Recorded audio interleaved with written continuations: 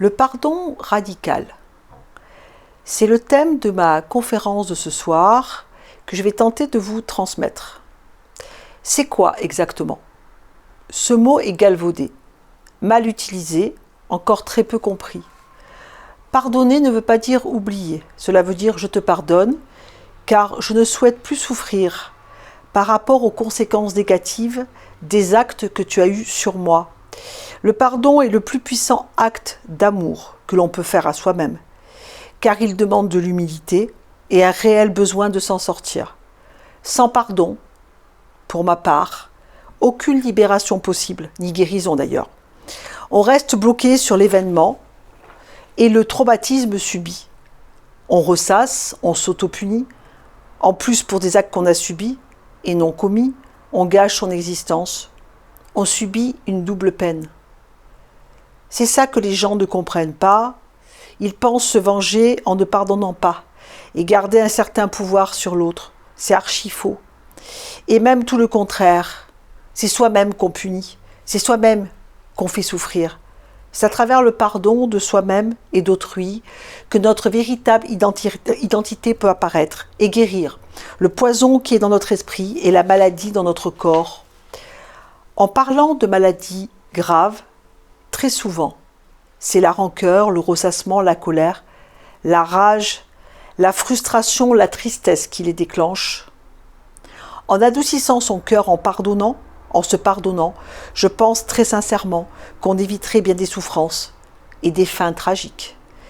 Pardonner, c'est se donner à soi-même un salut, un acte d'amour très puissant, une régénération, renaître de ses cendres, une transformation alchimique, faire rentrer la lumière en soi, émerger, un acte de purification, une nouvelle naissance, qui nous permet de prendre un autre chemin, une autre voie, un nouvel accès à la vie qu'on mérite, une nouvelle chance, la foi, reprendre espoir, décider enfin d'en finir avec la souffrance. On peut décider de divorcer de la souffrance. Être heureux est un choix et le pardon est une des voies qui nous y amène. Le pardon permet de se délester, d'enlever sa vieille peau, de déposer ses valises sur un quai d'une gare, de fermer le passé définitivement, parce que le passé n'a rien de nouveau à nous dire, de recommencer à zéro, de se donner une nouvelle chance. Mais comment pardonner? Je vais tenter de vous donner quelques pistes et des exercices pratiques à la fin et simples pour pouvoir le réaliser. Le pardon est un sujet très délicat et j'ai longtemps hésité à être devant vous ce soir. Si vous constatez que vous ne pouvez accepter aucune de ces hypothèses, ignorez-les tout simplement et changez de chaîne et de vidéo. Cela ne changera rien pour moi, mais ça peut changer radicalement quelque chose en vous. Cela va de votre responsabilité. Merci à vous tous. Je me permets de vous présenter pour tous ceux qui ne me connaissent pas ou qui rejoignent ma chaîne. Je m'appelle Nathalie Bérébi, j'ai 59 ans. Depuis 20 ans, je suis au service des âmes qui se sont perdues sur le chemin de leur légende personnelle. Je suis kinésiologue, spécialisée en transgénérationnel, libération des mémoires cellulaires, libération du karma et des thérapies psycho-énergétiques AGAP dans le 05 pour les adultes, les adolescents et les enfants. J'ai un don de clairvoyance et de clairaudience depuis l'enfance. Je propose des soins à mon cabinet, mais également à distance sur WhatsApp. Je m'occupe également d'enfants, d'adolescents, car la chance que nous avons en tant que mère, c'est de porter dans nos ovaires la mémoire génétique de nos enfants. Et les techniques que je propose permettent une lecture de tout ce que nous leur avons transmis et de les libérer efficacement et durablement. Tout est sur mon site, n'hésitez pas à le consulter et à vous abonner à ma chaîne en cliquant sur le petit pouce bleu. Si cette conférence vous a plu, n'hésitez pas à la liker et à la partager. Toutes mes conférences sont entièrement gratuites, je n'ai aucun bénéfice financier à retirer. Vous pouvez les consulter sur YouTube, c'est mon don en ce monde, comme le colibri. Cette année va être consacrée à l'écriture de mon autobiographie et comment on peut traverser et se sortir des puits les plus profonds grâce au pardon entre autres. Et je vous en reparlerai. Pour les personnes intéressées, été 2024 environ. C'est une véritable mission d'âme pour moi, c'est le moment de poursuivre. Je vous donnerai dans cette conférence des clés pratiques pour pouvoir effectuer des actes de pardon. J'ai moi-même personnellement réglé ma vie et je suis en paix grâce au pardon et aux actes pratiques dont je vais vous parler. Ma manière à moi de réaliser la volonté du Créateur et de t'aider et aider chaque personne grâce à mes mots à te donner l'enseignement qui t'aidera à réveiller ton potentiel pour être plus heureux et en paix. Ainsi, dans cette conférence, je vais vous parler d'une pratique très transformationnelle que je nomme le pardon radical. Avant de poursuivre, je vous donne quelques pistes de réflexion afin de vous faire vous poser certaines questions, si je peux me permettre. Avez-vous déjà fait une démarche pour comprendre votre propre blessure? Avez-vous fait une démarche pour comprendre la blessure de l'autre? Toutes nos relations sont les miroirs de nos propres souffrances. Quelles sont selon vous les étapes d'un pardon véritable? Quelles pourraient être selon vous les fausses idées sur le pardon? Qu'aimeriez-vous pardonner? À qui le pardon profiterait le plus actuellement? À qui devriez-vous pardonner pour libérer une partie en souffrance de vous-même? Je fais partie de ceux qui aiment à penser et à croire que nous faisons partie d'un tout, le divin, et que ce tout se différencie du reste en s'élevant du bouillon fondamental, le divin, pour s'exprimer dans la dualité. Une dualité incontournable puisque sans elle, notre monde matériel ne pourrait être ni nous-mêmes, non plus en ce monde. La dualité est nécessaire au divin, car c'est dans la dualité qui se découvre à travers nos expériences personnelles de vie sur Terre, les bonnes, les mauvaises, comme les affreuses. Le divin n'exprime aucune préférence, il accepte tout de nous, y compris nos pires comportements. Le but ultime du divin en ce monde, c'est de voyager sur Terre à travers nous, pour expérimenter la vie sur Terre. Et la vie sur Terre, comme chacun sait, peut s'avérer rudement difficile. Mais peu importe, puisque l'idée première du divin, c'est d'acquérir des données concrètes, des données de toute nature, sans jamais les juger. Du meilleur au pire, tout est bon à prendre. Que nous agissions dans la vie en fonction de qualités personnelles jugées positives ou en fonction de qualités personnelles jugées négatives, seule l'expérience qui en découle tient de l'importance au niveau divin de notre être. De là nos grandes difficultés à y comprendre quoi que ce soit rationnellement. Nous voyons tous les jours des gens agir sans rien respecter et en ressortir riches et prospères, heureux et totalement satisfaits d'eux-mêmes. Et nous voyons aussi des gens profondément bons et scrupuleux à qui il n'arrive que des pépins. Nous n'agissons pas franchement de plein gré dans la vie, programmés que nous sommes dès le départ à vivre certaines choses et pas d'autres. Ceci bien entendu tant et autant que l'on ne met pas les pieds dans le plat, criant alors résolument à tout ce qui nous fait du mal, assez, c'est assez. La liberté recherchée ne réside pas dans le mensonge, mais dans l'authenticité de nos besoins inassouvis, d'amour exprimé. Enfin, ouvertement, parce qu'au final, c'est toujours ça qui manque quand on souffre. Nos besoins inassouvis d'amour et de compréhension résident au-delà du bien et du mal, au-delà du jugement, entre ce qui convient d'être ou de ne pas être pour plaire à Pierre, Paul, Jacques, toujours pressés de donner un grain de sel qui donne un goût amer à notre propre vérité. Par crainte de nous démarquer, ne soyons pas tels les moutons de Panurge qui courent à leur perte en suivant aveuglément le troupeau. Les peines non résolues, celles qu'on laisse ensevelies au fin fond de soi, sont responsables de tous nos problèmes. Il nous est impossible de connaître le profond bonheur qu'on attend de la vie sans guérir cette souffrance faite de chagrin, de peur, de honte, de colère, etc., issue d'événements traumatiques restés imprégnés dans chaque cellule de notre corps et qui se transmettent de génération en génération. Nombreux sont ceux qui disent qu'il ne faut pas revenir sur le passé, que celui-ci est mort et enterré, mais s'il est enterré de manière consciente, un passé douloureux reste bien vivant. Au niveau inconscient, d'où il mène la danse sur tout ce qui nous arrive de fâcheux dans l'existence, n'oublions pas que l'inconscient fait 96% et qu'il dirige notre vie, que le conscient fait 4%. Le passé ne s'enterre pas, mais se guérit. Quand on veut pouvoir se développer dans tout l'éclat de son potentiel de naissance. Faire fi de sa négativité est à la mode en ce moment, car il paraît que la providence couronne de bienfaits ceux qui la repoussent allègrement. Et malheur à ceux qui ne suivent pas cette loi de l'univers, soi-disant incontournable. Bien évidemment qu'une loi pareille n'existe pas. N'avons-nous pas tous été plongés dans d'affreux tourments avant de sortir victorieux d'une situation? On ne repousse pas les ennuis en repoussant sa négativité, mais au contraire en l'accueillant pleinement. provenant d'émotions figées dans le passé, cris lancés par certaines parties de soi laissées à l'abandon dans des situations dramatiques, la moindre des choses est de leur porter secours et non pas de les obliger à se taire. Lorsqu'une situation plonge dans la peur, la colère ou n'importe quelle autre forme de détresse émotionnelle, on peut être sûr que les sentiments remontent à beaucoup plus loin, qui sont issus d'anciens traumatismes, que les circonstances présentes aiguillonnent. Les accepter et les ressentir à fond, voilà ce que l'on fait au moyen des techniques énergétiques pour s'en sortir. De toute façon, on n'a jamais vu une vie se transformer dans le refus de s'écouter et de se comprendre et de s'exprimer. L'art de guérir ses souffrances est devenu facile et confortable, pratiquement un jeu d'enfant, depuis l'avènement des techniques énergétiques. Ce qui ne veut évidemment pas dire qu'il ne faille pas faire preuve de persistance. Un passé fortement endolori ne se soigne pas en 5 minutes comme certains l'espèrent, abandonnant trop vite leur démarche de guérison. Mais lorsqu'on persiste, les résultats sont certains, avec une profonde joie de vivre qui revient grâce à des accomplissements nouveaux. Tout le monde ne croit pas à l'âme, et encore moins aux souffrances qu'elle peut renfermer. L'âme, c'est le karma.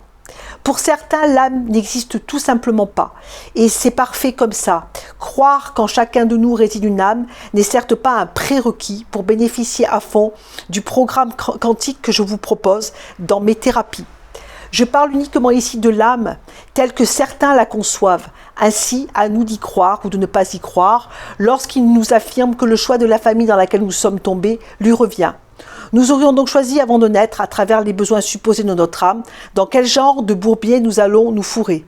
Comme de toute évidence, nous ignorons la raison exacte de nos souffrances, dont la source réside peut-être à des années-lumière de l'idée qu'on peut s'en faire, s'acharner à essayer d'en trouver l'origine exacte est futile. Il vaut mieux, à mon sens, en rester aux informations que divulguent à présent librement les sciences modernes, notamment dans le domaine révolutionnaire de la biologie quantique, du transgénérationnel, et de les guérir par ces moyens, tels que nous le pouvons si aisément de nos jours. Vous connaissez sans doute la chansonnette « Je te tiens, tu me tiens par la barbichette. Le premier de nous deux qui rira aura une tapette. » Eh bien, c'est exactement pareil avec nos programmes inconscients. Ils nous tiennent par la barbichette et mieux vaut ne pas en rire car la tapette fera à l'occasion très mal. Nous sommes comme des bœufs avec un anneau en cuivre autour des narines. Nos programmes inconscients se prennent effectivement très au sérieux, à juste titre, puisque nous leur devons notre existence par le biais des milliards de cellules qui s'occupent du bâti concret de notre vie, suivant à la lettre la teneur précise de nos programmes, la mémoire ADN.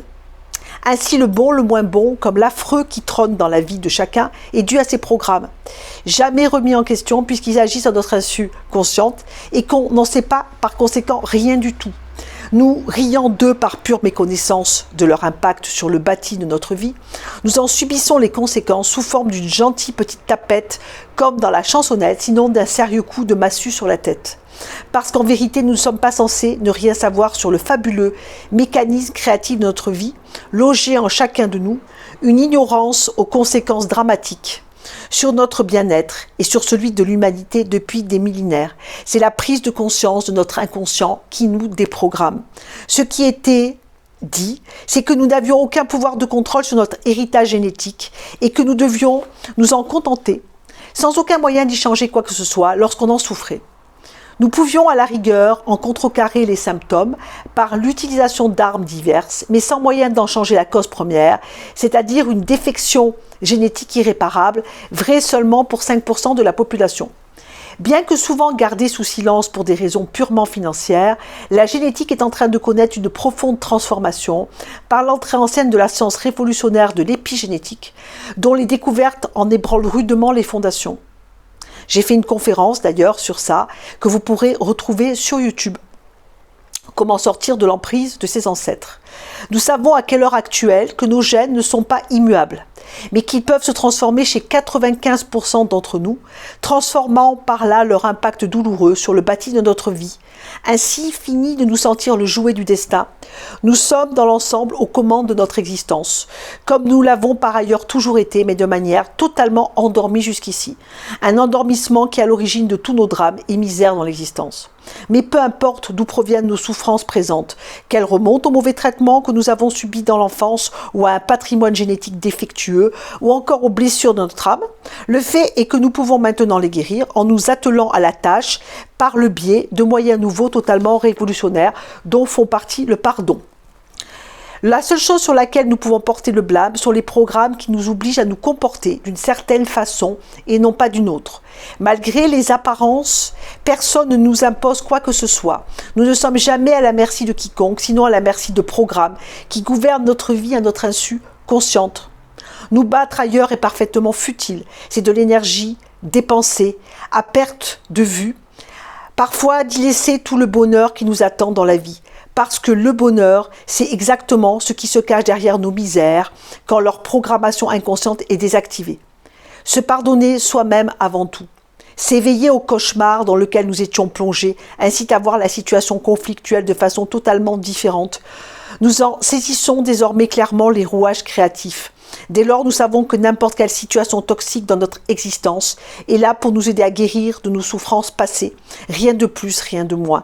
Ce qui nous fait souffrir ne nous veut en réalité aucun mal. C'est juste qu'endormis, nous perdons nos moyens naturels de contrôler la teneur de nos programmes créatifs. Malgré nos comportements parfois extraordinairement nuisibles ou bien d'autrui, nous sommes tous dotés d'un bien.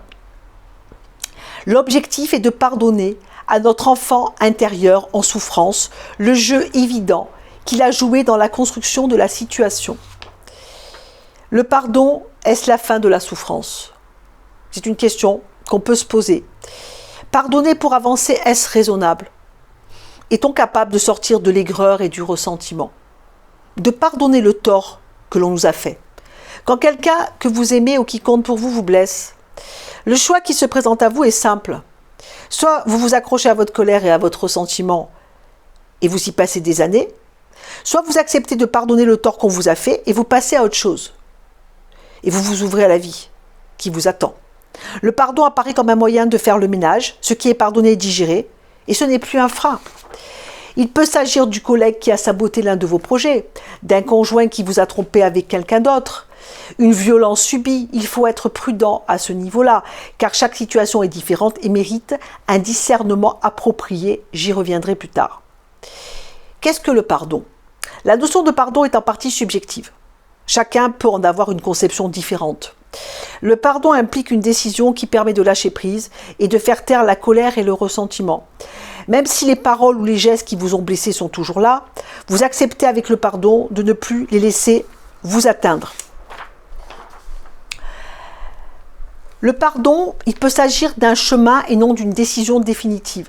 Le pardon peut alors mener plus loin, vers une meilleure compréhension de la personne qui vous a fait du mal et potentiellement d'une certaine empathie vis-à-vis d'elle, même si là encore il s'agit d'être prudent. Vous pouvez comprendre les raisons qui ont poussé la personne qui vous a causé du tort à agir de la sorte, mais cela ne doit évidemment jamais justifier ce mal. Ce serait une invitation à recommencer. Le pardon n'est pas l'oubli. C'est ça qu'il faut que vous arriviez à vous mettre dans la tête. Ce n'est pas non plus la réconciliation. Vous pouvez lâcher prise dans votre cœur et ne plus en vouloir à la personne qui vous a fait du mal sans nécessairement vous réconcilier avec elle. En revanche, la réconciliation sans pardon paraît bien sûr impossible. Pardon et santé, le duo fonctionne bien. Mais notre lâcher-prise sur le pardon aura des effets très positifs sur notre santé. Ainsi, le fait de ne plus en vouloir à l'autre serait bénéfique pour notre santé mentale. Cela permettrait de faire baisser nos niveaux de stress, d'anxiété et notre risque de dépression. Donc vous voyez, tous les gens qui sont dépressifs, il y a vraiment des questions à se poser. Par ailleurs, être capable de pardonner une personne aurait un effet bénéfique sur nos autres relations. En clair, le mou que vous lâchez d'un côté vous donne plus de marche ailleurs. Un exemple, vous réconcilier avec Tati Daniel améliore la relation avec Sœur Teresa, même si Sœur Teresa et Tati Daniel ne se connaissent pas. Et même si Sœur Teresa est d'un naturel joyeux. Les conséquences du pardon sont aussi physiologiques. Le pardon fait baisser la tension artérielle, renforce le système immunitaire, améliore la santé cardiaque et renforce l'estime de soi. Ne me croyez pas sur parole, expérimentez. Les méfaits du ressentiment.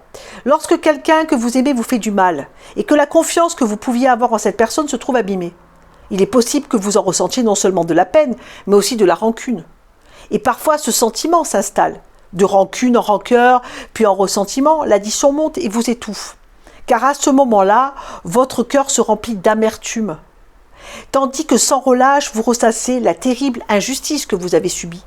Ce cumul d'émotions négatives vous empêche de trouver le chemin du pardon. Cela vous rend irritable, moins attentif à ce que vous faites, plus déprimé, moins en cohérence avec vos idéaux de vie et plus anxieux. Le prix à payer est élevé. Comment accéder au pardon ? Parvenir à pardonner les torts qui vous sont faits n'a rien de naturel. Cela demande de l'entraînement. L'un des moyens les plus efficaces pour y parvenir est d'avoir conscience des bienfaits pour soi du pardon.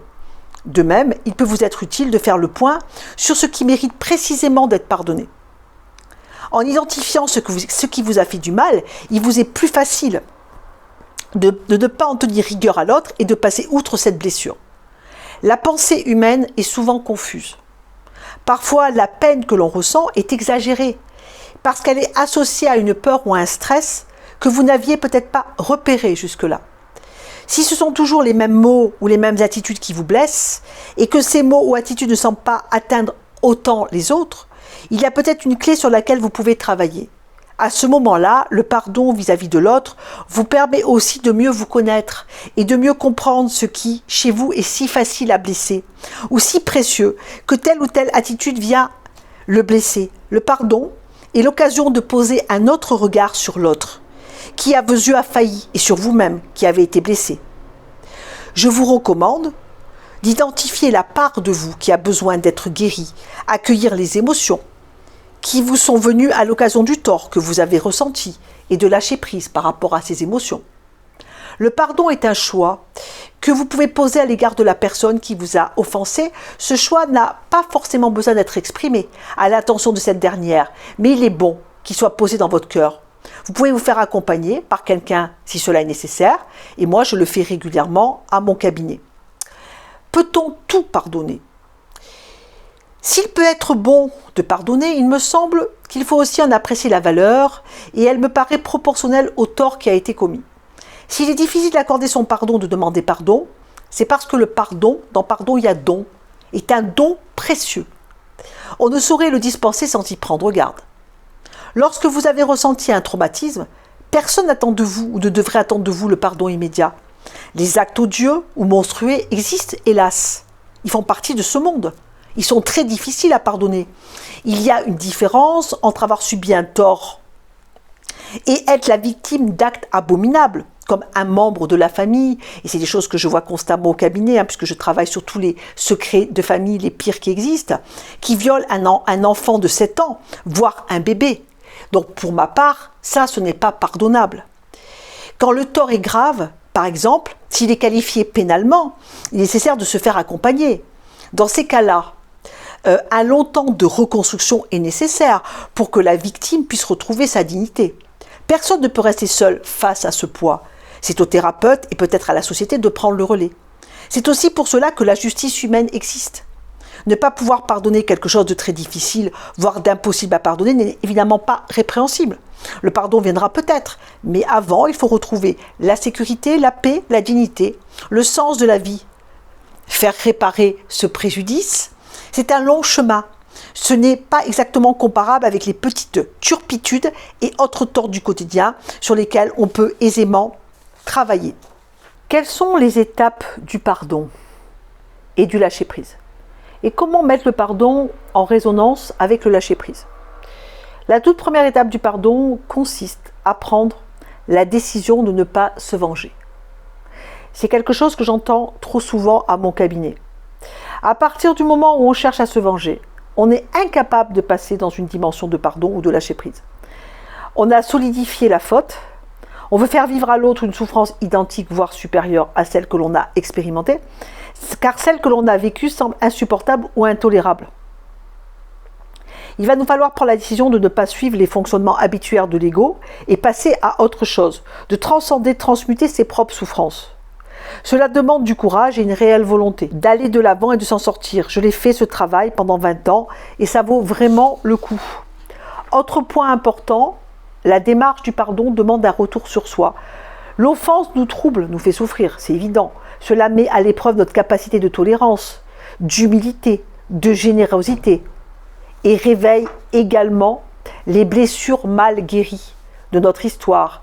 L'offense remet en question ce que l'on est et la démarche du pardon nous conduit à regarder exactement ce qui se passe en nous. Face à cette souffrance, on adopte des stratégies de substitution telles que le déni ou l'incapacité de faire face à l'offense. À ce titre-là, il est important de se rappeler que pardonner, je vous l'ai dit tout à l'heure, ne veut pas dire oublier, c'est-à-dire qu'il est nécessaire de se rappeler ce qui s'est réellement vécu de façon à pouvoir entrer dans le pardon. Autre attitude possible, c'est la victimisation. Lorsque la faute est vue comme irréparable, on entre alors en relation avec les autres à partir de ce que l'on a subi et de la souffrance provoquée, et où on s'accuse soi-même de ne pas avoir su réagir. On perpétue ainsi un statut de victime qui entraîne une mésestime de soi et une difficulté à faire face aux situations. Et quand on est victime, il ne faut pas oublier qu'on risque d'attirer le bourreau. Et il y a des bourreaux à tous les coins de rue.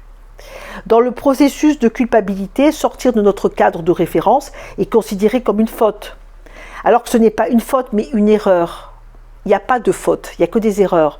L'erreur naît de l'ignorance, de notre incapacité à voir la situation telle qu'elle est, et de la saisie sur les émotions qui s'élèvent de cette ignorance. Et cette confusion nous amène à agir de façon erronée. En fait, la reconnaissance de l'erreur pointe ce qui n'est pas approprié dans nos fonctionnements afin de pouvoir le corriger. Pour pardonner, un retour sur soi est nécessaire. Se rencontrer soi-même et aller volontairement voir ce que l'on est, voir ce qui ne va pas, voir les erreurs accomplies à cause des émotions et de l'ignorance, afin de faire de ces erreurs et de ces défauts des qualités. On entre alors dans une dimension de responsabilité à cause de notre ignorance, de nos émotions. Nous ne sommes pas juste que faire de cela, le transformer en développant une attitude de plus en plus claire, lucide et bienveillante. Il semblerait donc que le pardon nous amène à une nouvelle vision des rapports humains. Il est important de se rendre compte de toute la générosité nécessaire dans la relation à l'autre pour entamer une démarche de pardon. L'offense laisse de toute façon une empreinte dans la relation. Et une fois le pardon accordé, vécu et donné, la trace de l'offense existe tout de même.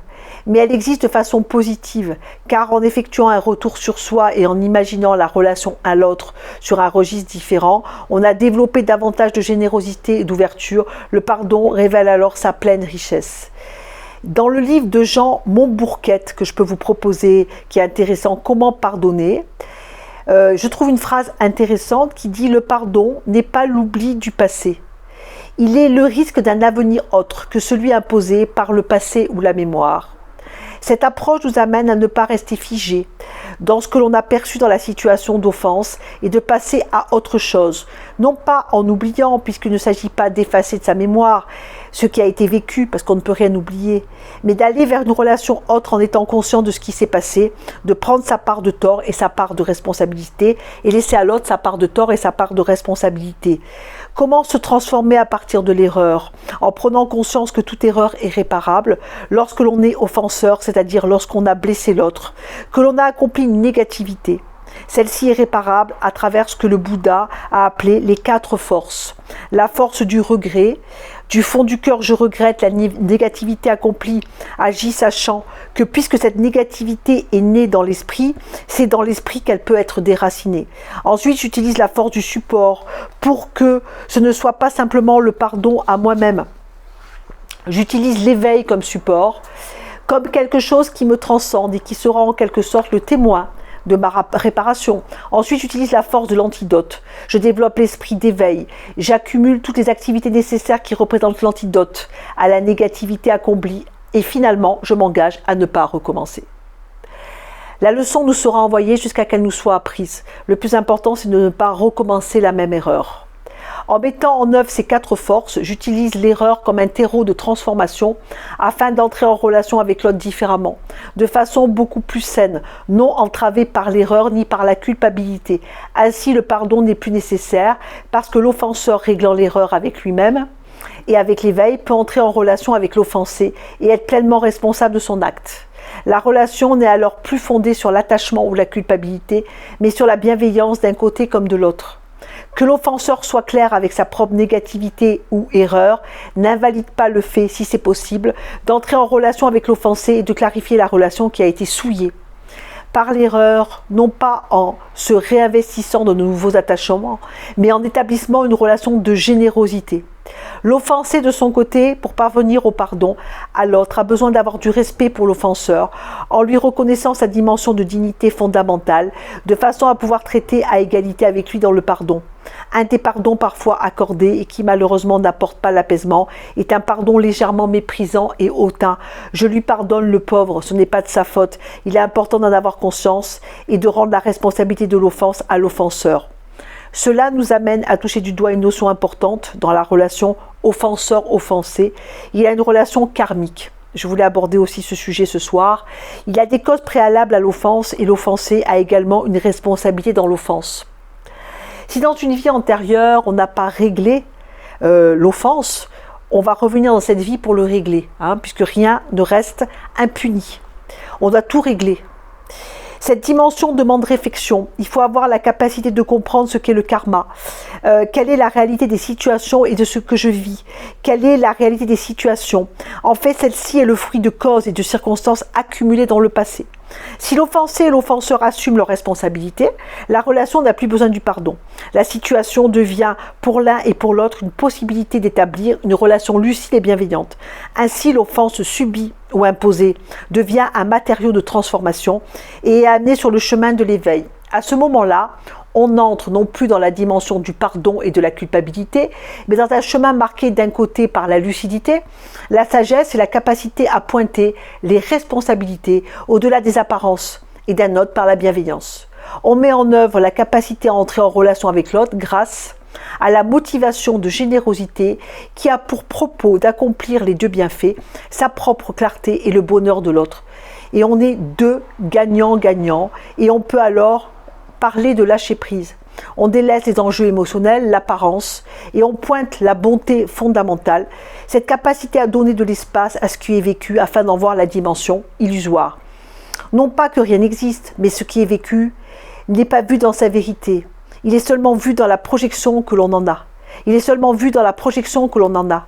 Ce processus de lâcher prise nous arrache à l'illusion, à l'ignorance et à l'émotionnel pour nous permettre de faire face à ce qui est. La reconnaissance de la nature de l'esprit et la relation à l'onde fondée sur la bienveillance.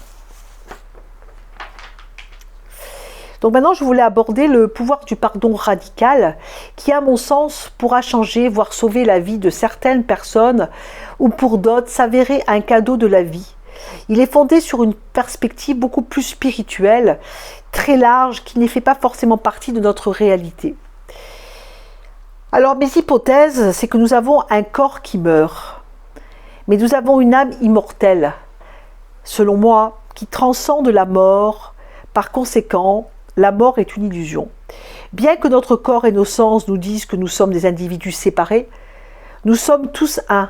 Nous vibrons tous individuellement en tant que partie d'un tout unique. Nous ne sommes pas des êtres humains ayant une expérience spirituelle occasionnelle. Nous sommes plutôt des êtres spirituels ayant une expérience humaine dans la matière. Et c'est pour ça qu'on s'incarne dans un corps de chair. Au niveau vibratoire, nous vivons dans deux mondes simultanés. Le monde de la vérité divine, donc l'esprit, et le monde de l'humanité. Nous avons choisi d'expérimenter pleinement l'énergie du monde de l'humanité, simplement pour intensifier en de nombreuses fois notre appréciation de la beauté, de notre participation à l'un dans la lumière, et l'amour en choisissant d'expérimenter leurs opposés directs, la peur, la séparation, l'ombre dans ce monde physique. Par conséquent, le monde est une école spirituelle et la vie en est le programme d'études. Il ne faut pas oublier que sur les milliards de spermatozoïdes qui essayent de féconder l'ovule, il n'y en a qu'un qui arrive vivant, d'accord? Il n'y en a qu'un qui féconde l'ovule. Donc nous sommes nés pour être des gagnants. Et ça, il ne faut pas oublier. Et qu'il y a plein d'âmes qui attendent un corps pour faire une expérience dans la matière. L'objectif est de nous éveiller à la vérité de ce que nous sommes et de retourner chez nous après avoir fait cet apprentissage sur Terre. Lorsque nous avons décidé d'apprendre et d'évoluer en nous incarnant dans le monde de l'humanité, Dieu nous a donné un libre arbitre total afin que nous fassions cette expérience en suivant la voie de notre choix et que nous trouvions par nous-mêmes le chemin qui nous ramène à la maison. La vie n'est pas aléatoire, elle nous révèle intentionnellement notre plan divin en nous donnant des opportunités de faire des choix et de prendre des décisions à chaque instant.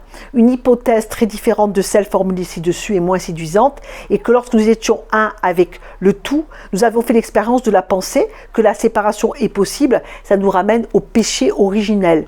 Nous avons projeté cette pensée et elle est devenue notre réalité erronée. C'est-à-dire ce monde est ainsi naquit l'ego, notre croyance de la séparation. L'ego assure désormais sa survie en nous protégeant de notre culpabilité envahissante ainsi que notre peur du courroux divin à travers les mécanismes de répression et de protection. Nous créons notre réalité à travers la loi de la cause et de l'effet. Les pensées sont des causes qui se manifestent dans notre monde sous forme d'effets physiques. La réalité reflète notre conscient. Notre monde est un miroir qui réfléchit nos croyances. Au niveau de l'âme, nous recevons précisément ce dont nous avons besoin dans notre vie pour notre évolution spirituelle et nous rencontrons par la même occasion toutes les personnes nécessaires à notre évolution. La façon dont nous jugeons ce que nous recevons détermine si nous allons vivre notre vie dans la souffrance et dans la joie. Nous évoluons et apprenons à travers les relations. Le plus puissant de nos miroirs, c'est nos relations d'ailleurs. Nous guérissons et retournons à la plénitude et à la vérité à travers les relations. Nous sommes sur Terre pour transcender nos souffrances. Nous avons besoin d'autrui pour refléter nos conceptions erronées, nos projections et pour aider à faire remonter à la conscience ce qui a été réprimé afin de le guérir. À travers la loi de la résonance, nous attirons à nous des personnes qui résonnent avec nos problématiques pour que nous puissions guérir ces dernières. Exemple, l'abandon, nous aurons tendance à attirer des personnes qui vont nous abandonner pour pouvoir dépasser l'abandon ou autre problématique. Nous venons sur Terre pour vivre pleinement l'expérience d'un schéma énergétique particulier afin de ressentir les émotions, les traverser et ensuite les transformer par l'amour. Le seul pouvoir de guérison se trouve dans l'amour. Le pardon traditionnel ne devrait pas être considéré comme inférieur au pardon total. Il est simplement différent. Lorsqu'on utilise dans le contexte d'un certain ensemble de croyances, des croyances qui sont fermement ancrées dans le monde physique et dans la réalité humaine de tous les jours, le pardon traditionnel est la seule forme de pardon possible et possède à ce titre une grande valeur. Il fait appel aux caractéristiques et aux qualités humaines les plus subtiles telles que la compassion, la miséricorde, la tolérance, l'humilité et la gentillesse. Johann Borysenko désigne le pardon comme étant l'exercice de la compassion. Le pardon total est différent du pardon traditionnel, car il vient s'enraciner dans la réalité métaphysique du monde de l'esprit, ce que j'appelle le monde de la vérité divine. Cela clarifie bien la distinction entre le pardon total et le pardon traditionnel, car nous voyons maintenant que dans les deux cas, nous observons la situation à travers des loupes complètement différentes. La loupe que nous utilisons pour observer une situation déterminera si nous utilisons le pardon traditionnel ou le pardon total. Chacun nous donne un point de vue totalement différent. Mais il ne faut pas tomber dans le piège qui consiste à penser en termes de soit l'un, soit l'autre. C'est une situation de à la fois l'un et à la fois l'autre. Cela est lié au fait que nous avons un pied dans chaque monde, puisque nous sommes des êtres spirituels ayant une expérience humaine, et que par conséquent, nous pouvons référencer les situations à travers une loupe ou les deux à la fois. Tout en étant pleinement ancrés dans le monde de l'humanité, nous restons reliés au monde de la vérité divine à travers notre âme. On n'insistera jamais assez sur l'importance de la distinction entre ces deux mondes et donc quelques explications supplémentaires nous seront utiles ici. Le monde de l'humanité et le monde de la vérité divine représentent les deux extrémités d'une échelle vibratoire. Lorsque nous vibrons à une fréquence faible, nos corps deviennent denses et nous n'existons que dans le monde de l'humanité. Lorsque nous vibrons à une fréquence élevée, ce qui rend notre corps plus léger, nous existons également dans le monde de la vérité divine. En fonction de notre vibration à chaque instant, nous nous déplaçons de part et d'autre de l'échelle vers un monde ou l'autre. Toute la vie, l'humanité est vibratoire. Le monde de l'humanité représente le monde de la réalité objectif, que nous voyons à l'extérieur de nous-mêmes.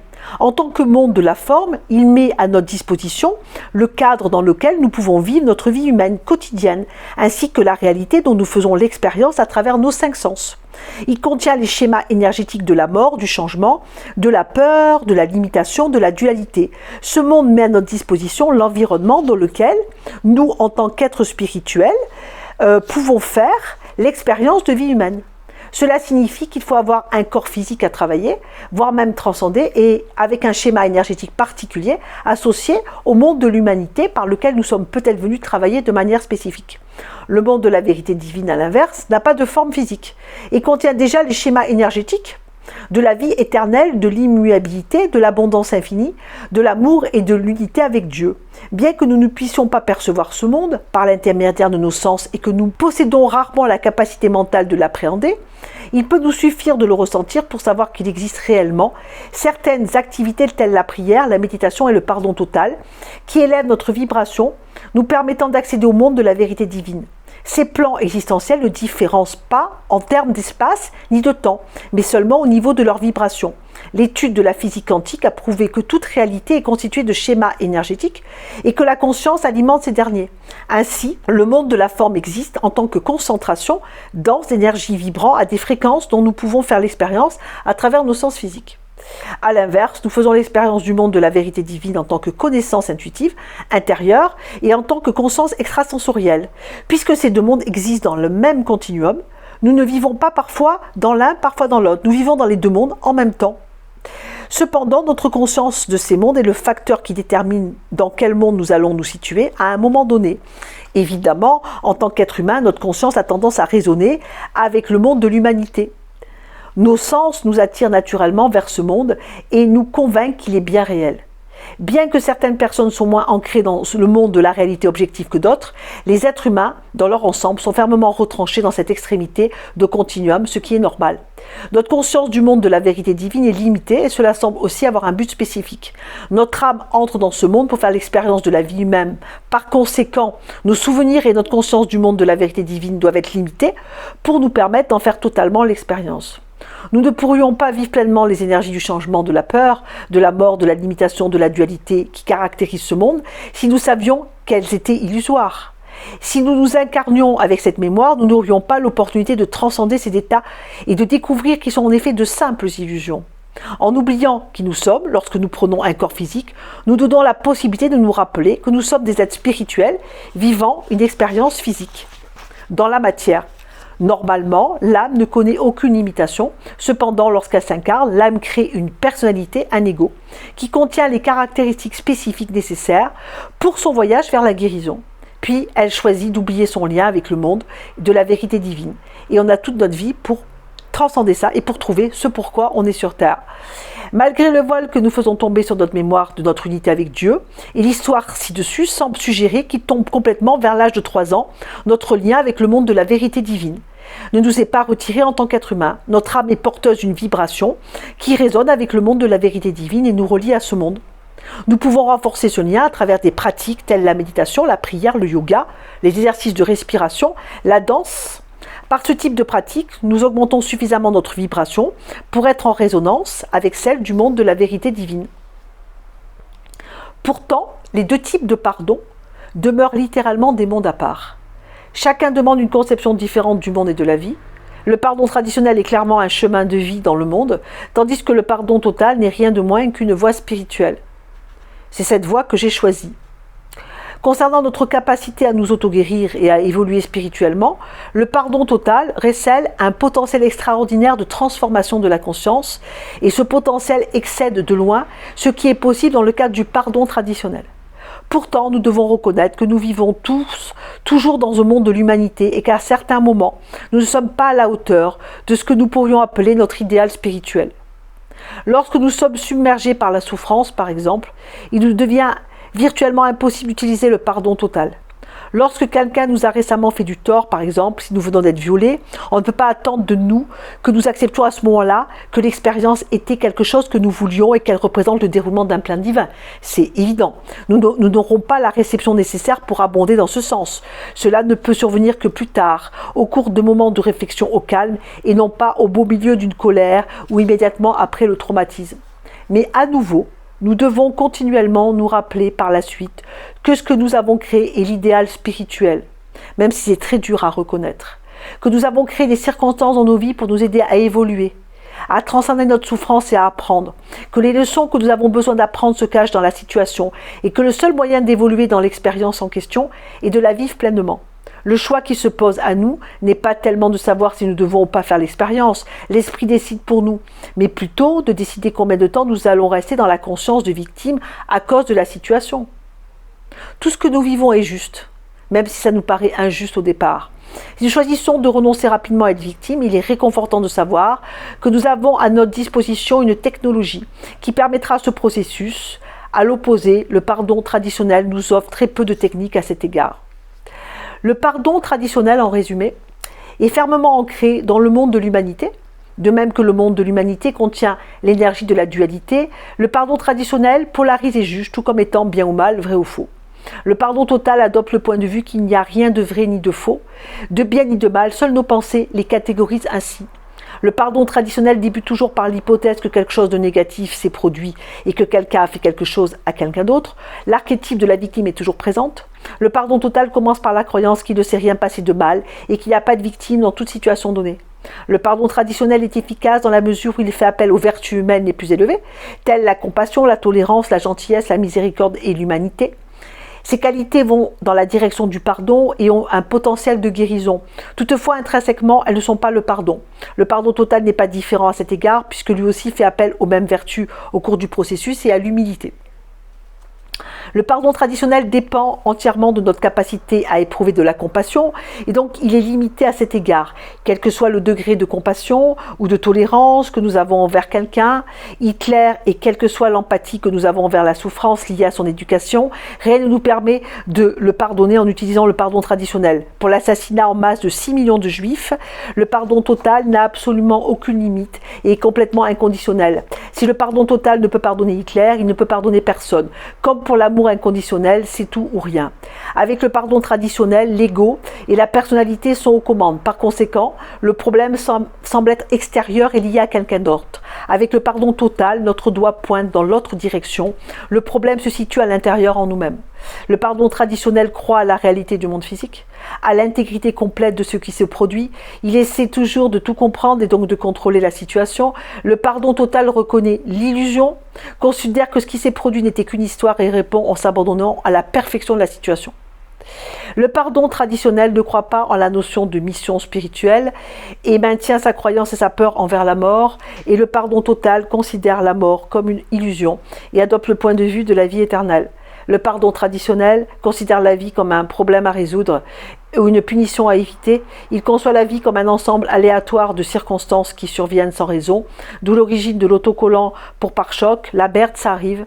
Le pardon total considère la vie comme un but à chaque instant et qu'elle est motivée par l'amour. Le pardon traditionnel reconnaît l'imperfection inhérente des êtres humains, mais ne sait pas déceler la perfection dans l'imperfection. Il ne peut résoudre ce paradoxe. Le pardon total démontre ce paradoxe à l'aide d'exemples. Le pardon traditionnel peut être porteur d'une vibration élevée similaire au pardon total, lorsqu'il fait appel à certaines des valeurs humaines les plus élevées, telles la gentillesse, l'humilité, la compassion, la patience et la tolérance. La première marche sur le chemin qui nous conduit à élever notre vibration pour entrer en contact avec le monde de la vérité divine et à connaître le pardon total et d'avoir le cœur ouvert. Le pardon traditionnel, lorsqu'il atteint une vibration très élevée, reconnaît la profondeur du concept spirituel que nous sommes tous imparfaits et que cette imperfection caractérise la nature de l'humanité. Lorsque nous utilisons cette perspective pour parler d'un malfaiteur, nous pouvons dire en toute humilité avec tolérance et compassion « Je lâche prise par la grâce de Dieu. Nous reconnaissons que nous aussi nous sommes totalement capables de faire ce qu'a fait l'accusé. Mais si nous connaissons notre ombre, nous savons que nous avons tous en nous le potentiel de nuire, de tuer, de violer, de maltraiter. Cette connaissance nous permet de faire appel à notre humilité et nous rend doux et pleins de miséricorde, non seulement pour les personnes que l'on accuse, mais aussi pour nous-mêmes, car en elles, nous reconnaissons notre imperfection inhérente, notre ombre. Cette reconnaissance nous rapproche de beaucoup de la première étape essentielle du pardon total, reprendre ce que nous avons projeté. Le pardon total conçoit également avec amour l'imperfection inhérente à l'être humain, mais voit la perfection dans la perfection. Le pardon total reconnaît que le pardon ne peut pas être voulu ni accordé. Nous devons avoir la volonté de pardonner et d'offrir la situation à la puissance supérieure qui est en nous. Le pardon total, quel qu'il soit, ne trouve pas sa force dans l'effort mais dans l'ouverture à cette expérience. Ce que le pardon n'est pas, puisque nous considérons les définitions, il nous faut aussi être clair sur ce que le pardon n'est pas. Je donne aux nombreuses situations qui passent pour du pardon le nom de pseudo-pardon. Manquant d'authenticité, Le pseudo-pardon correspond habituellement à des jugements soigneusement enrobés et à du ressentiment dissimulé déguisé en pardon. La volonté de pardonner n'est pas là, et loin de diminuer la conscience de victime, elle a grandi en réalité. Cependant, la différence entre le pseudo-pardon et le pardon ordinaire n'est pas toujours facile à déterminer. Donc je vais vous donner quelques exemples de pseudo-pardon. Pardonner par sentiment d'obligation, par exemple. Pardonner par sentiment de droiture. Accorder sans pardon, par exemple, nous jouons à Dieu, par exemple. Faire semblant de pardonner, par exemple, lorsqu'on fait semblant que l'on n'est pas en colère, alors qu'en fait nous le sommes. Cela nous donne une opportunité de moins de pardonner et d'ignorer la colère. Ça permet de prendre le pouvoir sur l'autre. Pardonner et oublier. Cela crée simplement un refus de voir la situation. Le pardon n'est jamais effacé, en toute simplicité. Les sages pardonnent mais n'oublient pas. Ils font l'effort d'apprécier le cadeau inhérent à la situation et de se rappeler la leçon, quelle que soit qui leur a été enseignée. Faire des excuses. Lorsque nous pardonnons, nous le faisons souvent en nous expliquant ou en faisant des excuses à la personne à qui nous pardonnons. Par exemple, nous pourrions dire « Mon père m'a maltraité parce que lui-même avait été maltraité par ses parents. Il a fait de son mieux. » Le pardon devrait consister en un lâcher-prise du passé et un refus d'être contrôlé par celui-ci. Si une explication aide à lâcher prise, elle peut aussi être utile, bien qu'une explication n'enlève pas l'idée que quelque chose de mal s'est produit. Par conséquent, au mieux, il ne peut s'agir que de pardon traditionnel. Il possède également une certaine vertu pouvant masquer une colère. A l'inverse, la compréhension des agissements d'une personne et l'empathie envers celle-ci nous relient à nouveau à notre propre imperfection et ouvre la porte à la compassion et à la miséricorde, nous menant à une vibration plus élevée que le pardon traditionnel, mais n'étant toujours pas au niveau du pardon total. La thérapie du pardon total, pour conclure, ironiquement, un des principes du pardon total n'est que, malgré l'évidence du contraire, rien de négatif ne se produit et qu'il n'y a rien à changer. Comment peut-il donc s'agir d'une thérapie? Après tout, le principe qui se situe au cœur du pardon total est que, sans exception, tout ce qui nous arrive est guidé par le divin, intentionnel, et se produit pour notre bien le plus élevé. Mais la notion même de thérapie implique que quelque chose ne va pas et doit être changé. Le pardon total est une philosophie spirituelle qui s'applique de manière pratique dans la vie des gens, dans la mesure où il leur donne une perspective spirituelle qu'ils peuvent appliquer d'eux-mêmes à tout problème ou situation qu'ils rencontrent. Le plan divin n'est pas fixe. À chaque moment du déroulement de ce plan, nous avons toujours le choix. Le pardon total aide les personnes à changer de point de vue et à faire de nouveaux choix fondés sur leur prise de conscience, à devenir plus conscients de la vie telle qu'elle se produit dans l'instant présent. Cependant, certaines conditions préalables sont nécessaires. En premier lieu, la réceptivité, dont dépend ultimement le pardon total, exige que nous soyons ouverts à une conception spirituelle des choses. Elle ne met en avant aucune religion en particulier, n'en exclut aucune, puisqu'elle nécessite au moins que nous croyions à une puissance supérieure ou une intelligence supérieure et que nous soyons ouverts à l'idée qu'il existe une réalité spirituelle au-delà de notre monde physique. Un point de vue strictement athéiste ne permet pas le pardon total. Il nous faut faire en sorte d'être à l'aise avec l'idée que nous pouvons évoluer dans les deux mondes simultanément pour que le pardon total puisse devenir une réalité dans notre vie. Alors je voulais vous parler de la responsabilité. Il faut bien comprendre que le pardon total ne nous dégage pas de notre responsabilité dans ce monde, bien entendu. Nous sommes des êtres spirituels faisant une expérience humaine dans un monde gouverné à la fois par des lois physiques et des lois créées par l'homme. Et en tant que tel, il est nécessaire que nous rendions compte de toutes nos actions. Il s'agit là d'une partie inhérente à l'expérience humaine qui ne peut pas être évitée. Ne fais pas à autrui ce que tu ne voudrais pas qu'autrui pense à te faire. Ça s'appelle l'amoroso. En d'autres termes, lorsque nous créons des circonstances qui font du tort à autrui, nous devons accepter que dans le monde de l'humanité, il y ait des conséquences à de telles actions. Tandis que du point de vue du pardon total, nous dirions que toutes les parties impliquées dans la situation reçoivent ce dont elles ont besoin. Il est également vrai que le fait de subir les conséquences de nos actions, en allant par exemple en prison, en recevant une amende, en ayant honte, en étant condamné, fait partie intégrante de la leçon et encore une fois, parfait dans ce contexte spirituel. On me demande souvent si dans cette situation où quelqu'un nous a fait du tort et où la réaction normale devrait être de chercher justice devant les tribunaux, une personne qui pardonne devrait réellement accomplir ce type d'action. La réponse est oui. Et oui, nous vivons dans le monde de l'humanité qui opère selon les paramètres de la loi de la cause à effet. Celle-ci stipule qu'à chaque action correspond une réaction égale. Ainsi, dès notre jeune âge, nous apprenons que nos actions ont des conséquences. Si l'on ne nous tenait jamais responsables de nos actions, le pardon n'aurait ni sens ni valeur. Si nous n'avions aucune responsabilité, il semblerait que, quoi que nous fassions, nul n'y attache d'importance. Une telle action ou attitude ne génère absolument aucune compassion. Par exemple, les enfants interprètent toujours une discipline parentale justifiée et appliquée de manière appropriée comme étant pleine d'attention et d'amour. Inversement, lorsque les parents donnent aux enfants tous les droits, ces derniers interprètent cela comme un manque d'attention. Les enfants savent. Il est très important de savoir poser des limites à nos enfants. Ils nous en seront reconnaissants par le futur. Cependant, notre niveau de pardon est déterminé par le type de réponse que nous donnons aux actions d'autrui, fondées soit sur un sentiment d'indignation vertueuse, d'injustice, de vengeance et de ressentiment, soit sur un désir authentique d'équilibrer la balance en considérant les principes de justice, de liberté et de respect d'autrui. La droiture et la vengeance diminuent notre vibration. En défendant des principes justes et en agissant avec intégrité, nous augmentons notre vibration. Plus notre vibration est élevée, plus nous nous rapprochons de la vérité divine et plus nous sommes capables de pardonner totalement. Récemment, j'ai entendu un auteur à succès raconter une histoire, pour finir, qui illustre bien ce point. Une fois, un de ses amis fut impliqué dans les circonstances qui ont eu pour conséquence la mort d'une jeune fille.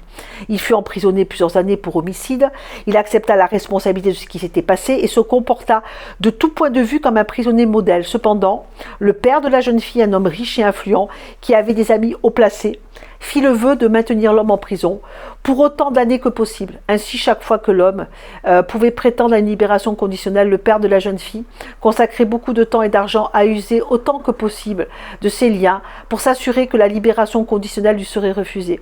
Après plusieurs tentatives, cet homme demanda à son ami ce qu'il ressentait en voyant qu'on lui refusait la libération conditionnelle en raison des efforts de cet homme pour le maintenir en prison. L'homme lui dit qu'il pardonnait au père de la jeune fille tous les jours de sa vie et qu'il priait pour lui car il réalisait que c'était le père et non pas lui-même qui était en prison. Donc vous vous rappelez la clé de la double prison, quand on ne pardonne pas. En réalité, le père qui était incapable de dépasser sa rage, sa tristesse et son chagrin était contrôlé par son besoin, donc le désir de vengeance. Il ne pouvait échapper à la prison qui s'était construite en tant que victime. Même le pardon traditionnel le dépassait. À l'inverse, l'ami de cet homme refusait d'être victime et considérait l'amour comme la seule possibilité. Sa vibration était plus élevée, il put pratiquer le pardon total. Voilà, pour en revenir à la question, faut-il chercher justice devant les tribunaux? Nous devrions chercher à rendre autrui responsable de leurs actions. Rappelez-vous cependant qu'une fois que l'on décide d'intenter un procès, nous devons, comme le disent les alcooliques anonymes, prier pour les salauds. Et pour nous-mêmes, au fait, nous ne sommes pas obligés d'aimer quelqu'un pour lui pardonner. En d'autres termes, nous offrons l'affaire à la puissance supérieure en nous. Nous reconnaissons que l'amour divin opère dans chaque situation et que chaque personne reçoit exactement ce qu'elle veut. Nous reconnaissons que la perfection est toujours présente ici ou là, dans une situation donnée, même si nous ne pouvons la voir sur le moment. Alors, je vais vous donner quelques exercices pratiques pour pouvoir faire vous-même le pardon, si vous le souhaitez, à utiliser à bon escient et en conscience, et assez facile. Vous pouvez par exemple écrire une lettre à la personne en lui expliquant point par point, depuis le départ de la relation et depuis le départ de ce que vous avez enduré, ce que vous regrettez, depuis le départ de la relation. Moi je le fais souvent par rapport à des parents avec leurs enfants ou par rapport à des conjoints. Par contre, il faut attendre aucun retour. Donc, c'est un des processus les plus puissants que je préconise à mon cabinet où j'ai beaucoup de résultats. Vous écrivez la lettre à la personne dont vous avez envie de vous réconcilier de la manière suivante. Donc, X, voilà ce que je te reproche par rapport à ce que tu m'as fait et par rapport à ce que tu m'as pas fait, que j'aurais mérité que tu me fasses. Et vous énumérez, depuis le départ de la relation, tous les souvenirs douloureux, avec les ressentis émotionnels que vous avez vécus. De votre côté, à vous, vous notez tout ce que vous vous reprochez par rapport à vos actes. Et vous dites pour finir à la personne, d'accord, de bien vouloir accepter votre pardon et que vous aussi, vous vous pardonnez, car vous avez fait de votre mieux et que si vous pouviez faire autrement, eh bien vous l'auriez fait. Et que vous préférez l'amour que vous lui portez et l'humilité plutôt que votre ego. Voilà, l'acte de pardon est un acte de libération de soi-même et c'est très très efficace. Ensuite, on signifie on se pardonne mutuellement et on se libère. Cela fait un effet de légèreté et de paix. c'est les patients qui me le disent. Ne me croyez pas sur parole expérimentée. Le pardon peut aussi se faire au-delà de la mort des êtres chers. J'accompagne des gens aussi dans ces processus-là. Concernant nos parents également, notre âme est reliée à eux et on peut, en état de conscience modifié, avec des protocoles bien précis, leur parler et se pardonner également. Aussi par rapport à des deuils, des décès, des gens qui sont morts subitement, on peut aussi entamer un procédé de pardon et leur parler comme si c'était juste avant leur mort et leur dire tout ce qu'on n'a pas pu leur dire, et ça permet aussi de libérer des deuils. C'est des processus qui sont très très efficaces. On peut faire aussi un acte de pardon en 3 lettres. Alors celle-ci on l'envoie, celle-ci on l'envoie à la personne, d'accord, on l'envoie à la personne ou par mail ou par courrier, d'accord, et on n'attend aucune réponse. Par contre, il y a notre procédé de pardon en 3 lettres où vous ne l'envoyez pas. Cette technique demande simplement d'écrire 3 lettres à la personne dont vous ressentez qu'elle vous a fait du tort ou qu'elle vous a blessé d'une manière ou d'une autre. Elle marche merveilleusement bien lorsque vous êtes vraiment irrité par une situation qui vient de se produire. Elle fonctionne même sur une situation qui a pu se produire il y a longtemps. Donc vous exprimez sur la lettre toute votre colère, votre rage dans la première lettre, vous ne retenez rien. Vous pouvez menacer la personne, bien sûr, de la vengeance la plus méchante si cela vous fait du bien. Vous continuez d'écrire jusqu'à ce que vous n'ayez plus rien à dire. Ce processus pourra vous faire verser beaucoup de larmes, de rage, vous pouvez crier votre colère, pleurer, etc. De ressentiment, de blessure. Vous laissez couler. Vous avez une boîte de mouchoirs à côté. Si vous êtes en colère, vous hurlez dans un coussin, vous prenez une raquette de tennis, vous tapez dans un coussin, vous allez dans la nature, vous tapez avec un morceau de bois sur un arbre, enfin ce que vous avez besoin pour que vous puissiez exprimer, exulter cette colère. Vous n'envoyez pas la lettre et en aucune circonstance. Le jour suivant, vous écrivez une autre lettre. Celle-ci devrait s'accompagner de moins de colère et de vengeance, bien qu'elle ne libère pas encore la personne contre laquelle vous êtes en colère, pour vous avoir fait ce que vous croyez. Cependant, vous devriez faire l'effort de mettre dans l'équation de la compassion, de la compréhension, de la générosité. N'envoyez pas cette lettre non plus. Et le jour suivant, donc le 3e jour, vous rédigez une 3e lettre. Vous essayez d'y écrire une nouvelle interprétation de la situation fondée sur les principes du pardon total que je vous ai exprimé auparavant. Puisque cela ressemble à la feuille de travail, vous référez aux notes de cette dernière pour vous orienter dans la rédaction de votre lettre. Mais faites de votre mieux pour la formuler à vos propres mots. N'envoyez jamais aucune de ces lettres. Cela n'est ni nécessaire ni désirable. Elles ont pour but de changer votre énergie et non celle du destinataire. L'objectif est d'exprimer vos sentiments et de ne pas les projeter sur autrui pour pas aussi non plus tomber malade, parce que tout ce qui ne s'exprime pas s'imprime, d'où les troubles psychosomatiques. Si l'on envoie en particulier la lettre de colère, rien de positif ne sera accompli. Faire cela reviendrait à alimenter continuellement le cycle d'attaque et de défense, et cela vous impliquerait encore plus dans le drame. Rappelez-vous, lorsque vous changez votre énergie dans la direction du pardon total, l'énergie de l'autre personne change automatiquement, parce que ça se passe de cerveau à cerveau. Vous pouvez soit garder les lettres en référence future, soit les utiliser dans un rituel de pardon dont je vais vous parler. Ma préférence personnelle est d'utiliser le rituel du feu pour les transformer, parce que c'est quelque chose de puissant.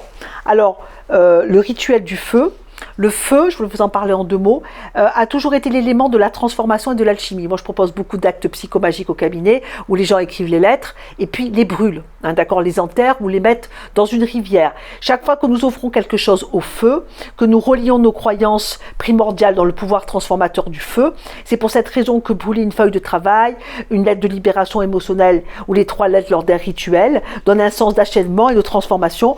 Vous les brûlez avec conscience et solennellement et avec révérence, et vous dites une prière lorsque l'objet brûle.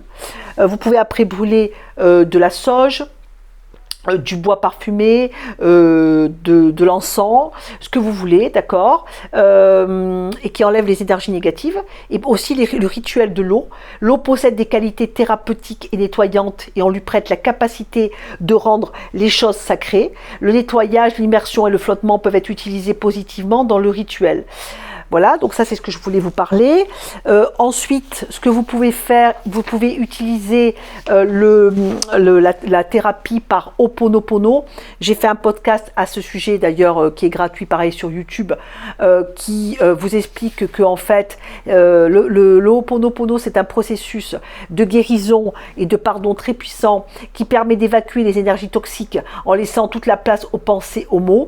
C'est une méthode de guérison de l'intérieur vers l'extérieur. supérieurs, c'est-à-dire qui partent du principe que nous sommes 100% responsables, non coupables, et tout ce que l'on vit, c'est nos mémoires erronées qui les avons attirées, et par une méthode de 4 paroles qui guérissent, qui sont « je t'aime, je suis désolé, s'il te plaît, pardonne-moi, merci », on peut libérer, nettoyer, purifier toutes les situations que l'on attire dans notre vie. Donc ça, vous avez mon podcast qui vous expliquera tout ça et qui est très efficace aussi.